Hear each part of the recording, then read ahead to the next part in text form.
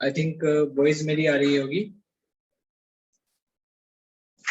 और आज का जो अपना टॉपिक है उस पर आज हम बात करेंगे।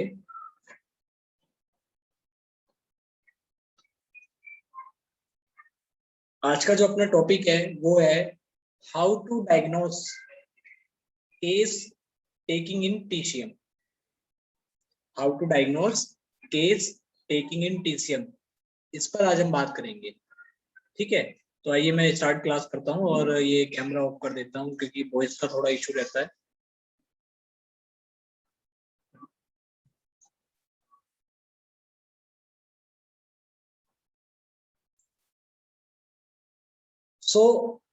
आज हम बात करेंगे कि किस तरह से आपको केस लेना होता है। जो पेशेंट आपके पास आता है उसकी डिटेल्स आपको लेनी है, उस बारे में आपसे आज मैं डिस्कस करूंगा। आप जब भी किसी पेशेंट के बारे में आप मेरे से या किसी से ट्रीटमेंट प्रोटोकॉल पूछते हैं तो उसके लिए जो फॉर्मेट मैं आज आपको बताने के लिए जा रहा हूं वही फॉर्मेट आपको मुझे बनाकर सेंड करना है। ठीक है, जिससे कि मैं एक अच्छे से अच्छा प्रोटोकॉल आपको बता पाऊं और पेशेंट को ज्यादा से ज्यादा फायदा मिल सके। आपको अच्छे से अच्छा ट्रीटमेंट प्रोटोकॉल प्रोवाइड तब करवाया जाएगा जब आप ये जो ट्रीटमेंट फॉर्म है, ट्रीटमेंट फॉर्म जो है, ट्रीटमेंट के जो कुछ पॉइंट्स हैं मैं जो आपको बताने जा रहा हूँ, जब आप ये कंप्लीट डिटेल्स मेरे को सेंड करेंगे। क्योंकि आजकल आप जीएसएम के ग्रुप में और भी ग्रुप में एडेड हैं, आप देखते हैं कि कुछ लोग पूछने लग जाते हैं डायरेक्टली। ठीक है, तो जैसे कि एग्जांपल किसी ने पूछा कि किसी का प्रोस्टेट ग्लैंड बढ़ गया है या फिर प्रोस्टेट कैंसर हो गया है, इसका ट्रीटमेंट बता दीजिए। कोई कहते हैं किसी को पैरालिसिस हो गया तो इसका ट्रीटमेंट बता दीजिए। तो आप ये समझना है आपको कि आप पूछ क्या रहे हैं, है ना। ना ग्रुप में आप देखते होंगे पेशेंट ने ना तो पेशेंट का नाम बताया उन्होंने, ना पेशेंट की उम्र लिखी और ना ये बताया पेशेंट मेल है या फिर पेशेंट फीमेल है। सिर्फ ये पूछ लिया कि पैरालिसिस है तो ट्रीटमेंट बता दीजिए। अब ये भी नहीं बताया कि पैरालिसिस राइट साइड का हुआ है कि लेफ्ट साइड का हुआ है। ठीक है, ये भी नहीं लिखते हैं। फॉर एग्जाम्पल ब्रेन में हेमरेज हुआ है तो या कोई क्लॉट आया है, उसकी रिपोर्ट्स भी आपको भेजनी होती है। कुछ लोग रिपोर्ट्स नहीं भेजते हैं, आप सीधा लिख देते हैं कि ये चीज है, इसका इलाज बता दीजिए। तो क्या आपको लगता है इस तरह से किसी भी पेशेंट को इलाज बताना या फिर इलाज करना संभव है, सही है? दूसरा, ये जो एक्यूप्रेशर थेरेपी है, एक्यूप्रेशर पद्धति है, इसमें बीमारी के नाम से तो इलाज नहीं होता है। आपको पेशेंट के सिम्टम्स भी हमें सेंड करने हैं, तब हम आपको प्रोटोकॉल, एक बढ़िया प्रोटोकॉल डायग्नोस करके प्रोटोकॉल बता पाएंगे। ठीक है, तो मैं आपको एक लिस्ट, एक डिटेल बता रहा हूं। जब भी आपके पास कोई भी पेशेंट आए तो सीक्वेंस वाइज विधिवत उससे ये डिटेल्स जो मैं आपको बताने जा रहा हूँ ये डिटेल्स आप लिया करिए और वो सभी डिटेल्स आप हमें भेजा करिए, भले ही व्हाट्सएप पर या फिर कॉल करके क्यों ना बताएं। ठीक है, भले ही आप अपना ट्रीटमेंट पूछें या अपने परिवार के किसी सदस्य का ट्रीटमेंट पूछें, तो उसकी जो सीक्वेंस है वो वही होनी चाहिए जो मैं आज आपको बताने के लिए जा रहा हूँ। ठीक है, हम लोगों ने अपने एक सेंटर पे भी ट्रीटमेंट फॉर्म बनाया हुआ है, वो मैं ऑलरेडी ग्रुप में भी पोस्ट कर चुका हूँ। इसमें पेशेंट की सारी डिटेल्स भरी जाती हैं। तो क्या डिटेल्स आपको लेनी है, किस तरह से आपको लेनी है, ठीक है, ये सब आप एक अपने पास कॉपी पेन रखिएगा, नोट कर लीजिएगा और रिकॉर्डिंग भी आपको प्रोवाइड करवाई जाएगी। ठीक है, तो जब भी आपके पास कोई पेशेंट आएंगे तो उससे सारी डिटेल्स लेनी है आपको, जो मैं आपको बताऊंगा। सबसे पहले पूछा जाता है पेशेंट का नाम, यानी जब भी आप पेशेंट की डिटेल्स भरेंगे तो सबसे पहले क्या नोट किया जाता है, पेशेंट का नाम नोट किया जाता है। पेशेंट का नाम ट्रीटमेंट फॉर्म पर जरूर होना चाहिए। दूसरा, आता है पेशेंट मेल है कि फीमेल है, ये जरूर मेंशन होना चाहिए, क्योंकि फीमेल्स की जो प्रॉब्लम्स हैं उसके कारण कुछ और हो सकते हैं, और मेल की जो प्रॉब्लम्स हैं उसके कारण कुछ और हो सकते हैं। ठीक है, अब उसके बाद आता है पेशेंट की उम्र क्या है, एज ऑफ पेशेंट, ये बहुत मायने रखता है। आप एक मेमोरी बढ़ाने के लिए ट्रीटमेंट पूछ रहे हैं, तो 10 साल के बच्चे की मेमोरी बढ़ानी है या फिर 60 साल के बुजुर्ग की मेमोरी बढ़ानी है, ये मैटर करेगा। पेट में दर्द है किसी को, तो 10 साल या 5 साल के बच्चे के है, या फिर 25 साल के युवा के है, या फिर 60 साल के बुजुर्ग के पेट में दर्द है, तो उनका जो ट्रीटमेंट होगा वो डिफरेंट हो जाता है। ठीक है, तो एज ऑफ पेशेंट भी आपको जरूर नोट करना है, पेशेंट की बीमारी की स्टेज पता चलती है। Next is diseases of patient. इसके बाद पेशेंट को क्या बीमारियां हैं, मान लीजिए थायराइड है, या फिर शुगर है, या फिर ब्लड प्रेशर की प्रॉब्लम है, तो ये प्रॉब्लम है तो कब से है, शुगर है तो कब से है, 5 साल से है कि 2 महीने से है। ठीक है, 5 साल से है कि 2 महीने से है, तो इलाज में फर्क रहेगा, क्योंकि सिम्टम्स भी डिफरेंट रहेंगे तो ट्रीटमेंट भी डिफरेंट होगा। थायराइड है तो कब से है, ब्लड प्रेशर है तो कब से है। अब अगर ब्लड प्रेशर का इलाज आप पूछ रहे हैं, तो ब्लड प्रेशर कितना रहता है, उसे दिन में कितनी बार दवा लेनी पड़ती है, ये सब आपको मेंशन आपके पास डिटेल्स होनी चाहिए। अगर शुगर का आप ट्रीटमेंट पूछ रहे हैं, तो शुगर खाली पेट कितनी रहती है, खाना खाने के बाद कितनी रहती है, ये दोनों अनुपात, दोनों रेशियो आपको हमें देने पड़ेंगे। ठीक है, कोई भी पेशेंट की पैथोलॉजिकल रिपोर्ट्स अगर है तो वो साथ में आप हमें भेज सकते हैं। उसका कोई ब्लड रिपोर्ट है या फिर कोई लेटेस्ट अल्ट्रासाउंड है, उसकी जितनी भी रिपोर्ट्स हैं रिलीवेंट रिपोर्ट्स होनी चाहिए। ठीक है, रिलीवेंट रिपोर्ट होनी चाहिए, फालतू वाली रिपोर्ट्स नहीं। ठीक है, अब मान लीजिए घुटने का इलाज आप पूछ रहे हैं, तो एक्सरे हुआ पड़ा है, तो उसकी रिपोर्ट्स भी आपने हमें भेजनी है। स्पाइन में स्लिप डिस्क हुई पड़ी है या साइटिका नर्व कंप्रेशन है, तो आपको उसकी एमआरआई की रिपोर्ट भी साथ में भेजनी है। उससे हमें पता रहेगा कि यहाँ पर नर्व कंप्रेशन है, और उससे आपको एकदम सटीक इलाज मिलेगा और आपके पेशेंट को बहुत जल्दी फायदा मिलेगा। इसके बाद अगला आता है स्लीप ऑफ पेशेंट। पेशेंट की नींद का आपको पूछना होगा। अब जो डिटेल्स बता रहा हूं आपको, पेशेंट से ये सारी डिटेल्स नोट करनी है, भले ही पेशेंट आपके पास शोल्डर पेन के लिए क्यों ना आया हो। ठीक है, तो वो कितने बजे सोता है, जैसे स्लीप लिखा है तो लोग क्या करते हैं, हाँ जी नींद ठीक आती है, पेशेंट ने कहा हाँ जी ठीक आती है, तो आपने कहानी वहीं पर खत्म कर दी। नहीं, पेशेंट कितने बजे सोता है, एग्जाम्पल के तौर पर पेशेंट ने बताया कि वो रात को 1 बजे सोता है और सुबह 10 बजे उठता है, तो आपको यहीं से पता चल गया कि उसको हार्ट में ब्लड डिफिशियंसी है। बाकी चीजें छेड़ने की कोई जरूरत ही नहीं है। आप एक पेशेंट ने बताया दिया कि रोज सुबह 3 बजे से उठकर बैठ जाता है वो, उसके बाद उसको नींद नहीं आती, तो यहाँ सीधा सीधा आपको पता चलता है उसको गॉल ब्लैडर डिफिशियंसी है, और गॉल ब्लैडर को ट्रीट करने से उसकी नींद ठीक हो जाएगी, साथ साथ कई चीजें ठीक हो जाती है। ठीक है, जैसे पेशेंट ने बताया कि उसको रात में नींद नहीं आती है, तो आप हमें लगा हार्ट ब्लड डिफिशियंसी है, हमने हार्ट ब्लड डिफिशियंसी का प्रोटोकॉल दिया। हार्ट ब्लड डिफिशियंसी से रिलेटेड प्रॉब्लम तो ठीक हो ही जाएंगी, पर साथ में जो अदर प्रॉब्लम्स हैं वो ऑटोमेटिक ठीक हो जाएंगी। कोई पेशेंट है वो 3 बजे सोता है और रात को, ठीक है, और सुबह 11 से 12 या फिर 1 बजे उठता है, तो उसको हेयर फॉल भी है, उसकी बॉडी की मसल्स नहीं बन रही है, उसको पीरियड्स स्कैंटी आते हैं, उसको मस्कुलर क्रैम्प भी पड़ते हैं, लेकिन उसका सिर्फ सोना 3 बजे और उठना दोपहर 1 बजे ये बताता है कि उसको लीवर ब्लड डिफिशियंसी है। ठीक है, जैसे हम लीवर ब्लड डिफिशियंसी का प्रोटोकॉल लगाएंगे उसकी सारी प्रॉब्लम, सारी बीमारियां A to Z ठीक हो जाएंगी।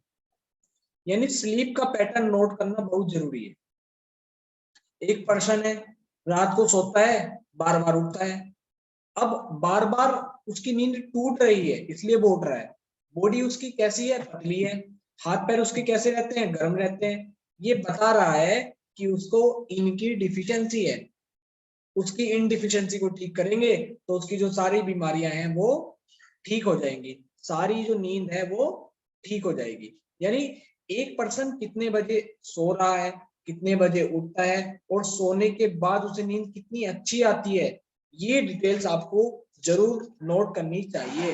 और जब भी किसी से भी आप अपने केस हिस्ट्री शेयर करें तो ये सारी डिटेल्स आपको बतानी भी चाहिए। इसके बाद आते हैं अबाउट पेशेंट स्टूल। पेशेंट के स्टूल पर, तो स्टूल आप जब भी पूछोगे मोशन कैसा आता है, पेशेंट ने कहा नॉर्मल आता है, तो आपने कहानी खत्म नहीं करनी है। ठीक है, या वो बोलता है कॉन्स्टिपेशन है, तो आप सीधा कॉन्स्टिपेशन लिखकर या हमें लिखकर सेंड नहीं करेंगे। आपने ये भी पूछना है कि उसको मोशन कितनी बार आता है। वो कह रहा है कि एक बार आता है, 2 बार आता है, 3 बार आता है, 4 बार आता है, 5 बार आता है, मतलब जितनी बार भी वो बता रहा है उतनी बार आपको नोट करना है कि पेशेंट को इतनी बार मोशन आ रहा है। दूसरा, मोशन उसको वेल फॉर्म्ड आता है, स्लाइटली लूज रहता है या स्लाइटली टाइट रहता है, इस पर बहुत सारी चीजें डिपेंड करती है। अगर हमेशा टाइट रहता है तो लीवर की स्टैग्नेशन है, अगर हमेशा लूज रहता है तो स्प्लीन की डिफिशियंसी है, अगर कभी लूज कभी टाइट रहता है तो लीवर अटैकिंग ऑन स्प्लीन है। ऐसी बहुत सारी चीजें जो स्टूल के पैटर्न से आपको पता चल जाएंगी। ठीक है, आपका ट्रीटमेंट इन चीजों पर बेस्ड होता है, इसलिए डिटेल्स जरूरी चाहिए। अब आता है नेक्स्ट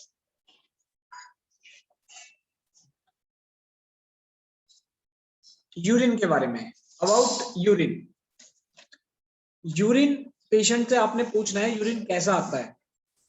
पेशेंट ने कहा नॉर्मल, तो आपने कहानी खत्म कर दी नहीं। दिन में वो कितनी बार जाता है, अगर एक पेशेंट का रूटीन है हर 1 घंटे में यूरिन जाना, तो उसके लिए यह नॉर्मल हुआ। रात को कोई जना 2 बार 4 बार यूरिन के लिए उठता है, तो उसकी 10 साल से यही आदत है, तो उसके लिए यह नॉर्मल पैटर्न हो गया। ठीक है, लेकिन ये नॉर्मल नहीं है। तो आपने पूछना है यूरिन की दिन में कितनी बार जाना पड़ता है, कितने घंटे बाद वह जाता है और कितनी बार वह जाता है। जो भी पेशेंट बताए वह आप नोट कर लेंगे। रात को कितनी बार यूरिन के लिए जाना पड़ता है, जब वो सोते हैं और उठते हैं उसके बीच में कितनी बार जाना पड़ता है, ये भी आप पेशेंट से पूछेंगे। ठीक है, तो ये भी आपको पूछना है कि यूरिन कंट्रोल करने में कोई प्रॉब्लम तो नहीं होती है, यूरिन में जलन तो नहीं होती है, यूरिन कैसा आता है, पानी की तरह आता है, व्हाइट आता है, खुलकर आता है, या पीला आता है, या फिर रेडिश आता है, या फिर स्कैंटी तो नहीं आता। तो ये सब चीजें भी आपको पेशेंट से पूछनी रहती है। तो ये चीजें बताएंगी कि उसके अंदर हीट एक्सेस है। अगर पेशेंट बता रहा है मुझे रेडिश यूरिन है, ये सब सिम्टम बता रहा है, तो इसका मतलब उसके अंदर जो हीट है वो एक्सेस है, तो यांग एक्सेस है। ठीक है, तो बातें देखिए छोटी छोटी हैं, लेकिन आपको यही बातें डिजीज की जड़ तक, डिजीज के पैटर्न तक आपको पहुंचाएंगी। अब इसके बाद आता है एपिटाइट ऑफ पेशेंट। ठीक है, भूख पेशेंट को कितनी लगती है, नॉर्मल तो नॉर्मल नहीं, वह सुबह कितने बजे खा रहा है, क्या खा रहा है, दोपहर को लंच कितने बजे करता है, डिनर कितने बजे करता है, ब्रेकफास्ट लंच डिनर के बीच में क्या क्या वो खाता है, पूरी डिटेल्स आप नोट करेंगे तो उतना ही बढ़िया रहेगा। फिर जब आप भूख नोट करते हैं तो ये भी पूछना है कि खाना खाने के बाद पेट में भारीपन तो नहीं होता, या अगर कोई व्यक्ति आपको पेट में दर्द बताता है तो आप हमेशा पूछेंगे कि ये पेट में दर्द खाना खाने से बढ़ता है या खाना खाने से घटता है। अगर खाना खाने से पेट में दर्द बढ़ गया तो स्टमक में एनर्जी एक्सेस है, और अगर खाना खाने से पेट में दर्द रिलीफ हो गया तो स्टमक में एनर्जी डिफिशिएंट है। इसी तरह पेट में दर्द पेशेंट ने बोली और स्टूल पास करने के बाद ये दर्द बढ़ गई, यानी लार्ज इंटेस्टाइन डिफिशिएंट है। अगर किसी पर्सन को मोशन पास करने पर आराम आ गया तो इसका मतलब ये हुआ कि लार्ज इंटेस्टाइन में एक्सेस है, एक्सेस कंडीशन है। तो आप एक एक चीज जब बारीकी से नोट करते हैं तो उसमें ही सारे इलाज छिपे होते हैं। उसके बाद देखिए, भूख के साथ ये पूछेंगे कि खाना खाने से या खाना खाने में अच्छा क्या लगता है। खाना खाने में अच्छा क्या लगता है? खट्टा अच्छा लगता है तो लीवर का रोग है, मीठा अच्छा लगता है तो स्प्लीन का रोग है, नमकीन अच्छा लगता है तो किडनी का रोग है, अगर कड़वा ज्यादा अच्छा लगता है तो हार्ट का रोग है। जैसे मान लीजिए किसी को करेला ये सब खाने का ज्यादा मजा आता है तो हमें हार्ट पैटर्न की डिजीज में जाना पड़ेगा। तो उसे खाने में अच्छा क्या लगता है और उसे किस चीज की इच्छा हो रही है, ये सब भी आपको नोट करना है। ये आपकी डायग्नोसिस में हेल्प करते हैं, बीमारी की रूट ऑफ कॉज तक पहुंचने में हेल्प करते हैं। उसके बाद आता है थर्स्ट, प्यास कैसी लगती है। हमने पूछा पेशेंट से प्यास कैसी लगती है, उसने कहा नॉर्मल, नहीं चलेगा। क्या पूछना है? कितने गिलास पानी आप पीते हो, कितने लीटर पानी पीते हो, एक बार में कितना पानी पीते हो, एक दो सिप अगर पानी पीते हो तो इनकी डिफिशियंसी का पेशेंट है। अगर 2 गिलास पानी पी जाते हो तो यांग एक्सेस यानी हीट एक्सेस का पेशेंट है। अगर प्यास तो लगती है लेकिन पीना नहीं चाहते तो ह्यूमिड हीट का पेशेंट है। ऐसे पेशेंट बहुत सारे आएंगे जो कहेंगे मुझे पानी पीने का मन नहीं करता पर प्यास लगती है, तो ये क्या बता रहा है? ये ह्यूमिड हीट बता रहा है। अब कौन से ऑर्गन में ये और सिम्टम्स बताएंगे। यानी आपको पैटर्न तक पहुंचने में, ट्रीटमेंट प्रोटोकॉल को जानने में ये चीजें बहुत हद तक सहायक होती हैं, हेल्पफुल होती हैं। इसलिए मैं आपको एक एक चीज आपको बता रहा हूं, ठीक है। तो बहुत बार व्हाट्सएप ग्रुप में भी मैंने एक दो बार शेयर किया है, ठीक है। तो आपको पूरी डिटेल्स भेजनी है। अब इसके बाद आता है प्यास के बाद हम पूछेंगे गुस्सा, इमोशन। पेशेंट से क्या पूछना है? पेशेंट को कहीं गुस्सा तो नहीं आता, डर तो नहीं लगता, उदासी तो नहीं रहती है, लेकिन गुस्सा ज्यादा है या चिंता ज्यादा है कि डर ज्यादा रहता है कि उदासी ज्यादा रहती है। और ये आप जानते हैं कि अगर गुस्सा ज्यादा किसी पेशेंट को है तो वो विंड एनर्जी उसकी में डिस्टर्बेंस है। वरी अगर कोई ज्यादा करता है तो ह्यूमिडिटी एनर्जी डिस्टर्ब है। अगर किसी व्यक्ति को डर ज्यादा लगता है तो किडनी पैटर्न यानी कोल्डनेस एनर्जी डिस्टर्ब है। यानी एक एक चीज कितना महत्व रखती है ये आपको समझ में आ रहा होगा। इसके बाद हमें क्या पूछना है? पेशेंट को स्वेटिंग तो नहीं आती, अगर स्वेटिंग आती है तो कितनी आती है, ज्यादा आती है कि कम आती है, बैठे बैठे आती है कि पसीना आता है, अगर आता है तो किस जगह ज्यादा पसीना आता है। हाथ की हथेलियों में पसीना आता है तो स्प्लीन वीक है, हाथों पैरों पर आता है तो लंग्स वीक है, माथे पर आ रहा है, ठीक है, या सर पर आ रहा है तो ह्यूमिड हीट एक्सेस बता रहा है। अगर पूरी बॉडी नॉर्मल लोगों से बैठे बैठे ज्यादा पसीना आ रहा है आपके शरीर में तो इसका मतलब ये हुआ कि आपके शरीर में हीट बढ़ी हुई है। अगर एक व्यक्ति को एक्सर्शन पर पसीना आता है तो हार्ट वीक है। तो सिर्फ एक पसीने से बीमारी के निष्कर्ष तक आप पहुंच सकते हैं। पसीने में बदबू आती है कि नहीं आती है, पसीना कहीं कपड़ों पर दाग तो नहीं छोड़ता, अगर दाग छोड़ रहा है तो वो भी हीट एक्सेस को शो कर रहा है, ह्यूमिड हीट एक्सेस को भी वो शो कर रहा है। तो आप पैटर्न तक पहुंचने के लिए सारी डिटेल्स पेशेंट से लेंगे जिससे जो भी प्रॉब्लम है उसके रूट ऑफ कॉज पर जाकर ट्रीटमेंट कर सके। दूसरा, अगर आप सभी एडवांस जैसे कि चाइनीज एक्यूप्रेशर अभी एडवांस आप सीखेंगे तो आपको काफी कुछ उसमें सीखने के लिए मिलेगा, तो ये उसमें सब कुछ आपकी हेल्पफुल रहेगा, ठीक है। अब इसके बाद आता है आपका स्वेटिंग हो गया। स्वेटिंग के बाद आता है अगर पेशेंट फीमेल है, ठीक है, तो पहली बात तो ये है कि जो जब मेल या फीमेल भेजते हैं तो उसकी उम्र से पता चलता है कि पेशेंट से क्या पूछ रहा है, क्या डिटेल्स और उसकी लेनी है आपको। जैसे एग्जांपल के तौर पर आपके पास कोई पेशेंट है, अगर वो 10 से 11 साल की है तो पीरियड्स उसको बिगिन नहीं हुए होंगे। कोई 60 साल है या अबव है तो उसको पीरियड्स नहीं आ रहे होंगे, आफ्टर मेनोपॉज वाला स्टेज आ गया।